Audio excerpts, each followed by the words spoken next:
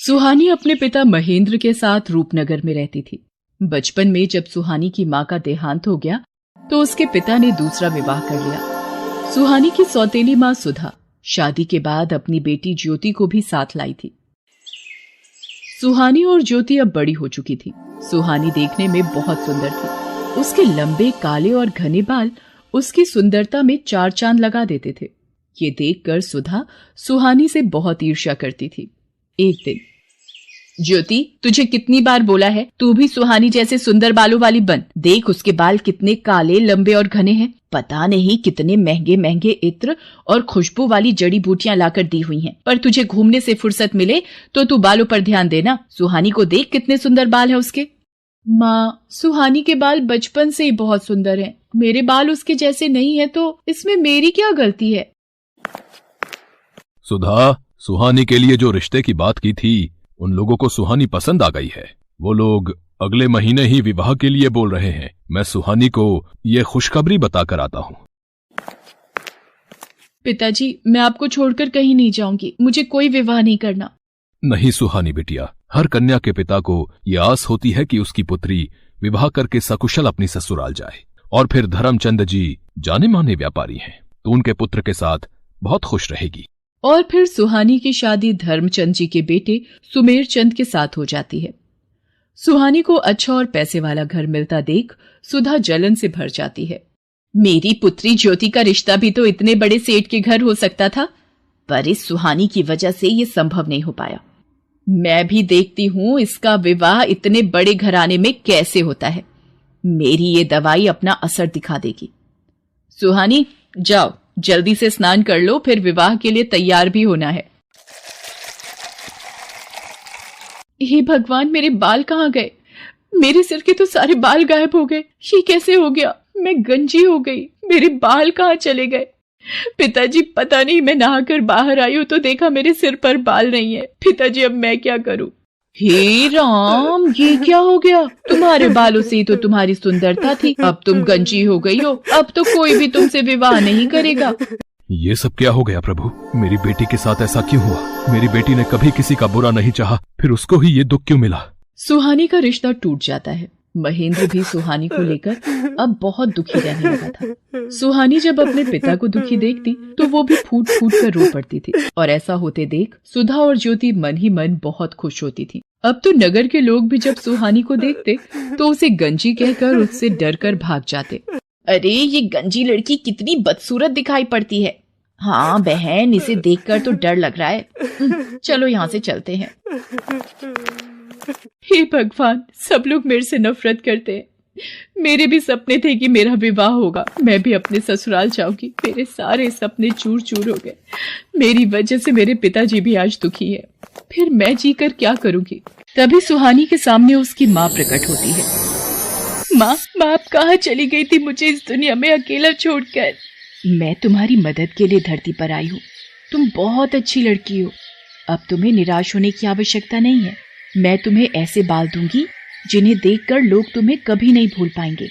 मैं तुम्हें सोने चांदी के बाल प्रदान करूंगी। जैसे ही सुहानी की माँ सुहानी के सिर पर हाथ फेरती है, सुहानी के सिर पर सोने चांदी के बाल आ जाते हैं। सोने चांदी के सुनहरे चमकते बाल सुहानी की खूबसूरती को और बढ़ा रहे थे।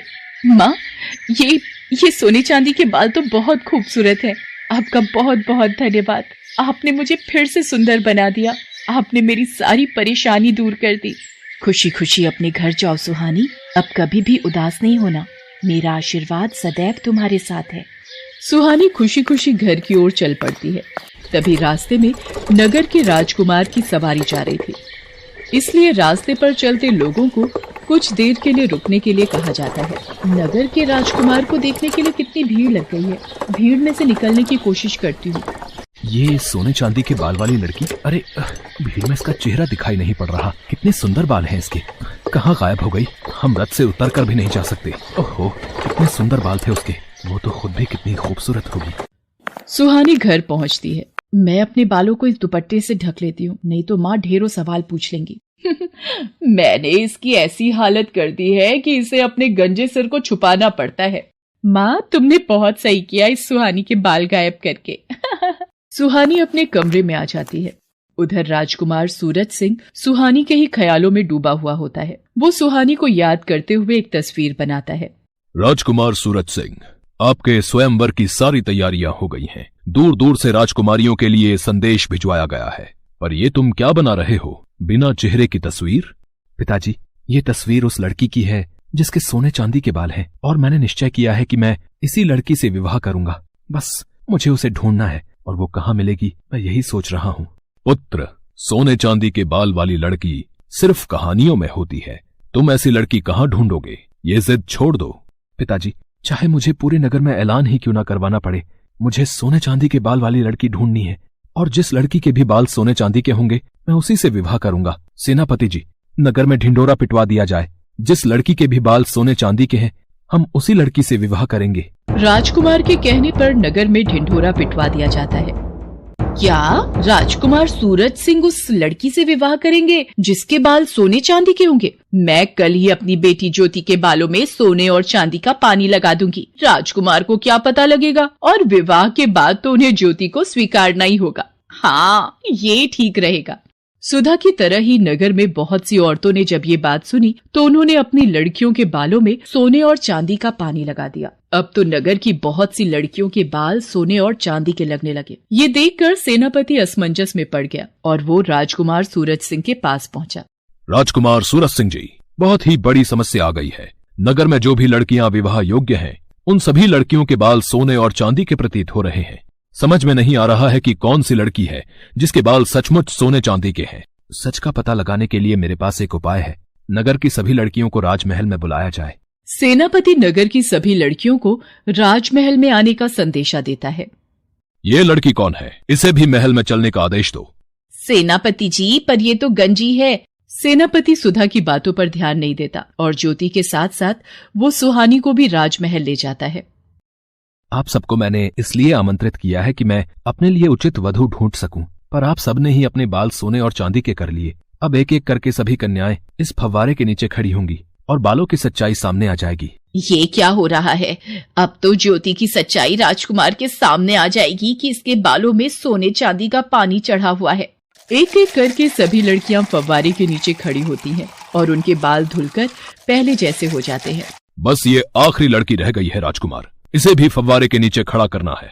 पर ये तो गंजी है, इसके बाल तो मैंने हो, ये मैं क्या बोलने जा रही थी। इनमें से तो कोई भी लड़की सोने चांदी के बाल वाली नहीं निकली। पता नहीं वो कौन थी। बस ये आखिरी उम्मीद रह गई है। सुहानी घबराते हुए सिर से अपना दुपट्टा उतारती है। सुधा और नगर के सभी लोगों की निगाहें सुहानी के सोने चांदी के बाल देखकर दंग रह जाती हैं। सुहानी फव्वारे के नीचे खड़ी हो जाती है। उसके बाल तो सचमुच सोने चांदी के थे। ये देखकर राजकुमार खुश हो जाता है। हम तुमसे विवाह करना चाहते हैं, क्या तुम्हें मंजूर है? आपको पति के रूप में पाना मेरा सौभाग्य है, पर मेरे बिना पिताजी। सुहानी बेटी, अब वक्त आ गया है तू इस दुख भरी जिंदगी से आजाद हो जाए और खुली हवा में सांस ले सके। तुझे जीवन में बहुत दुख मिले हैं, पर अब राजकुमार सूरज सिंह के साथ विवाह करके तुम बहुत खुश रहोगी। सदा खुश रहो मेरी बच्ची। सुहानी को उसकी अच्छाई का फल मिल जाता है और राजकुमार सूरज सिंह के साथ उसका विवाह संपन्न हो जाता है और सुधा अपने हाथ मलती रह जाती है।